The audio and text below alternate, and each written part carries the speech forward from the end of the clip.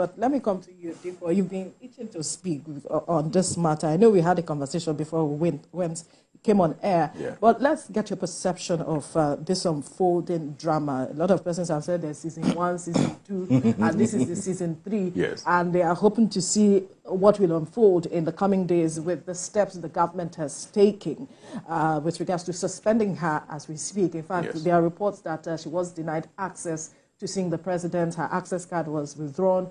All of those being measures. And the president was commended, for taking these steps, how swift and decisive the steps taken by the government is. Are you confident that this current administration is ready to nip corruption in the bud, even as you talk to us about what your perception of what is happening is? Yes, I believe they are to a certain degree, because, this is a very good example, because what we've seen in time past is that issues like this get swept under the rug and there isn't much to be done. The conversation came out a couple of days ago, maybe 1 or 2 days ago, and then she's been suspended under 48 hours. So that, for me, is quite commendable and a step in the right direction.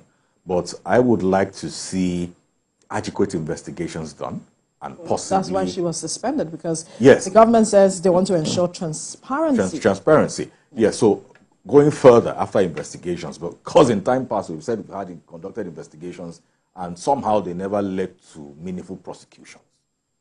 So in this case, thorough investigations need to be done. If there are issues to be prosecuted, let us see it happen. Because we need to have a strong deterrence against corruption in this country. Because for me, it is quite alarming where we have one particular ministry to be embroiled in this kind of conversation practically every year since the year it had been founded. So what's the objective? You're saying that you're a humanitarian affairs ministry, and then nobody within a 1-mile radius can stretch their hands or have a phone call or say that this is one person that has been impacted positively by a ministry.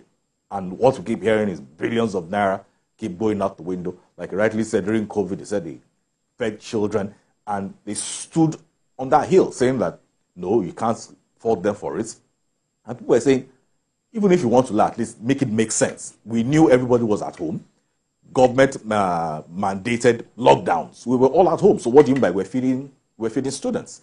At some point, you saw videos and pictures of the minister going to certain communities with wads of cash and handing out cash to people. And we're asking, is this the most efficient way to get this done? So for me, so far, this ministry has sort of been a bit of a cancer to us. And in my own opinion, if you ask me, I'd say you dissolve it all together, because so far it has failed to deliver the objective for which it was set aside in the first place. And somehow it's proving to look like it's a very easy avenue for people to sort of get... for corruption? Yes, because, I can always say that, oh yes, I was able to reach 1 million Nigerians today, and because we don't work with a lot of data, and then you just see some people just come up with some kind of funny names, and then nobody... have a social register. Is it functional? Is it functional? That's what we've been saying. Last year when the issue of the petrol subsidy came up, and then the president said that he wanted to put some amount in place to help a lot of people, and then we said, see, it may be a good idea, but we need to work with accurate data. Where is the data coming from? Is it coming from the federal government, or is it coming from state governments via the local governments, which are the people which is the arm of government closest to the people? So we must work with accurate data. But so far, it doesn't look like we're serious enough to get that done. So personally, I'd say we dissolve it, because we can't keep having this kind of money pits in a time where we're saying we're having serious economic hardships and people are struggling, and a particular ministry has been set up to serve as a buffer for people, but so far all that is going into some personal pockets and it's not reaching the people. We can't afford it, so we dissolve it altogether. That's my own opinion on it. I need you to react to some of the things he has said, especially the fact that we are not ready as a country to actually tackle this matter of corruption head on, especially from the root. Talking about laws, we have laws, but not much is being seen with regards to results from these laws. I'm also asking, is it a matter of law or is it a matter of morality? It is a matter of law, because Because if we leave it to morality, then we're leaving it to the discretion of a few. And you would find that in the case of morality, where certain incentives have been put in place, certain moralities can be bent, some can be induced. So where we have law that says that when you do this, these are the consequences. But if you know you are coming to serve the people, and your intention is to genuinely serve the people, shouldn't you follow through with service delivery for the interests of the people? And so you're the one talking about you coming to serve. Because somebody is in a position to serve people doesn't mean they are there to serve. That's not their own primary intention. They just happen to be in the office. So it's an assumption that we like to make. And unfortunately, that's why we are where we are today. Like you rightly said, for me, I mean, personally, I think that for cases of corruption, we shouldn't be looking at anything less than 25 years. At the very least, 25 years, recover the money. I've said that here before. 25 years, recover the money, no option of fine. Because where we have the problem is you see someone steal an obscene amount of money, and then, I mean, there was a particular case that was around a couple of years ago. I'm trying to remember the details in particular, where somebody embezzled maybe something around 7 billion naira, and then was fined, was it 7 million naira or some very outrageous amount, and he never went to prison. That cannot work. So it then comes to, excuse me, I steal your phone today, I'm charged to court. I do maybe 7 to 10 years. But I steal the commonwealth of a nation, excuse me, and then I have the option of a fine. So it then becomes the bigger the thief, the more lucrative it is. Because that's what the system is saying. And until we're able to address these issues, we will keep having these conversations every single time. So we must see how we have strong deterrents in place, especially from the position of our laws, to see that corruption is no longer fashionable in our system. How have strong deterrents put in place, for instance, when we talk about the matter of kidnapping, stealing, and all of that? There was the matter of time where we had a capital punishment. Yes. And that hasn't deterred as much people from carrying out all of this heinous act. That's why I'm still wondering, is it necessarily about the law? So it is about the laws. And with the issue of kidnappings and how we see it on the rise today, it is a function of how many kidnappings happen, how many kidnappers are arrested, prosecuted, or maybe given a death sentence. How many of them are being arrested? It's not an issue of how many of them are being successfully prosecuted. You get where? Right. So that's where the problem is. It's about you apprehending those kidnappers at the law enforcement stage of the law. Because the law itself has a bit of a value chain to it. Absolutely. The law doesn't start from the courts. Definitely. It starts from apprehension of the suspected criminal. Right. The apprehension is where we're having a problem with the kidnappers, the bandits, and all these guys. It's because they are seen to not be apprehended as much as they should. That's why we're having that particular issue on the rise.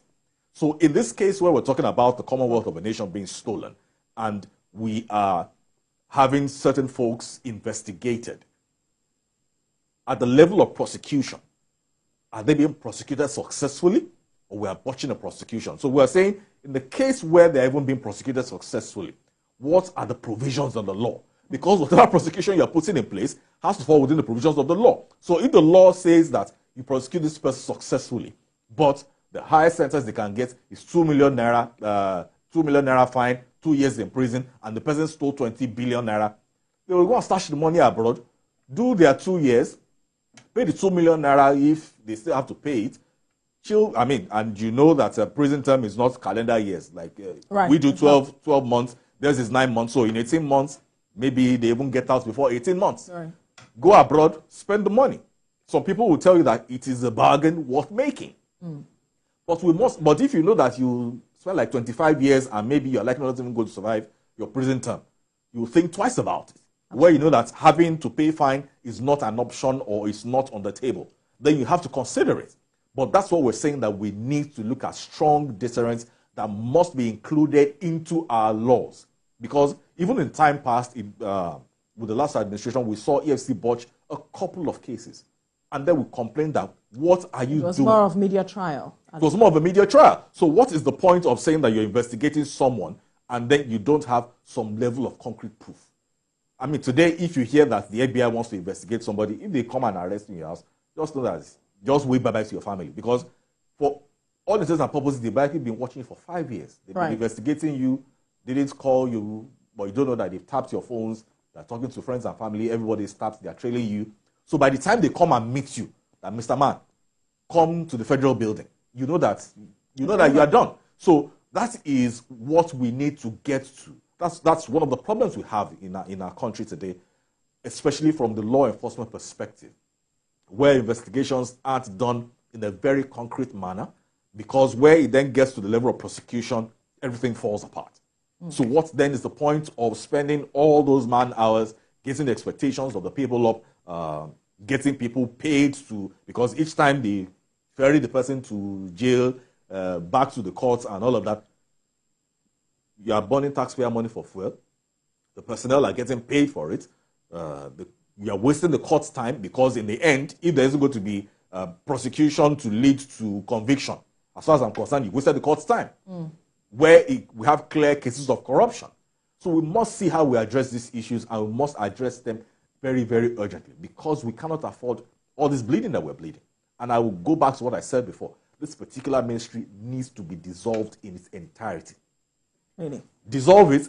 Head of service to see how they can reshuffle the personnel to other ministries. They have their file with them. This is something they can do in 10 working days if they are serious about it, and they're giving directives from the president to do so.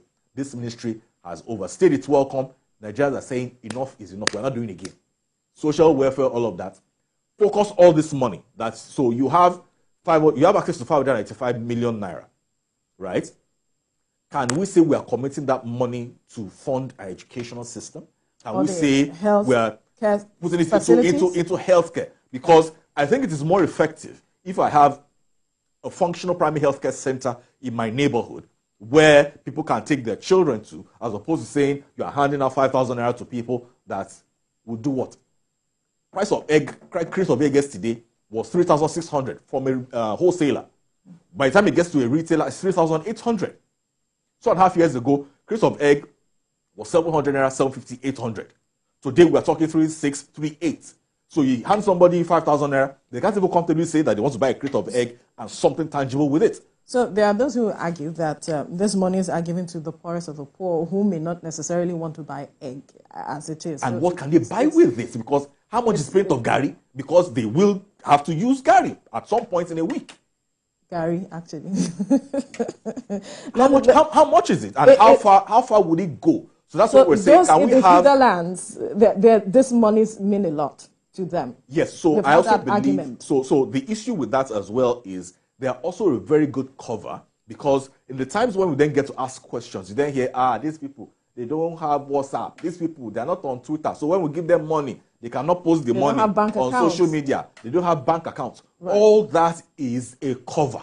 Right. It is a cover. You'd be surprised how banked these people are. Some of these people have access to grants. They have access to funding from different platforms. Different NGOs have access to these people where they get mobile money and all of that. So let's not start with all of that. They have means of accessing monies. They have means of accessing it. So it is all a cover. Our determination to addressing it as it is. He has talked about the matter of the law, which you also alluded to. And again, I'll throw this question of, are you sure the National Assembly we have now will want to tinker with the laws and address some of the issues that you have pointed out? 25 years imprisonment, he's saying 20 years, and all of those life imprisonment, and then a declaration of asset. I'm not sure. This particular National Assembly, unfortunately, I'm not very confident. Right. Maybe another one. But this one, I'm not particularly confident that they will do anything about it with regards to what we've talked about today. But like you rightly said, executive orders. They're executive orders. Right. And there are provisions under the law that fall within the purview of the authority of the office of the president and the commander-in-chief. So he can use those tools. And so this is how to play the game very simply. So you have executive orders that go out with respect to this, knowing that we have a National Assembly that will likely be very sluggish with it or maybe drag their feet with it. So he pushed out the executive orders with regards to it. Once they gain ground, like he said, you then throw it at the steps of the National Assembly after you have been able to win the confidence of the people with the executive orders. So you then show that I'm not the problem, they are the problem. They are the representatives. You voted them, right? They are the ones you will talk to. So that is when Nigerians will then know that, okay, so I think this is where our problem is. These are the people who will protest to go and miss. These are the people who need to recall. Who voted me? But you know the process of recalling any one is a tortuous one. Yes, it is. But when you know that you and maybe 24 of your colleagues are in the process of it, wouldn't you want to behave? Because in the end, so this is it. Nobody wants, either the process of recalling is successful or not. One day we will get it right. One day. One day we will get it right. But we have to start somewhere. And we can't just say that, okay, because these ones are not going to do it, we leave it undone. So that's why it is important that the president is able to use the facility, I'll use that word, of the executive orders to see how he can drive one or two things, especially with regards to this issue of corruption, where he's able to drive it to a certain level where he is then able to gain a lot of social capital from it. And then Nigerians are saying that, okay, this man is very serious about this. And then there is no way people will not ask questions. Because the question then becomes, if the president is using executive orders to drive this, why do we have a whole arm of government that is dedicated to helping us make our laws? People will then start to ask questions, even before he lays it at the steps of the National Assembly. So the president, well, I won't say unfortunately, but in this case, must see how he will bail the cat and show leadership in this particular regard. Because it is easier to say that he should show leadership because it's just one person, as opposed to saying everybody in the National Assembly, and then before you are saying you are chasing this person, he's the slippery person, he has gone again, you are chasing this person. So he's one person that has this kind of authority that he can use at will under the provisions of the law to drive effective change. When it has gained enough momentum, then we can see how we can use it to hound the National Assembly to get things forward. But we must get this particular matter going, and it is important that we do so. Also, to clarify something with regards to me saying that the ministry should be scrapped. Now, I mean, like I said before, when we had the conversation around subsidy being removed and 8,000 naira that the government proposed that they wanted to give out to people, I was actually on a few platforms where people raised that issue, and they were saying, no, they're going to steal it. I actually advocated for it because of the way the NNPCL botched the whole subsidy thing. I won't get into it now.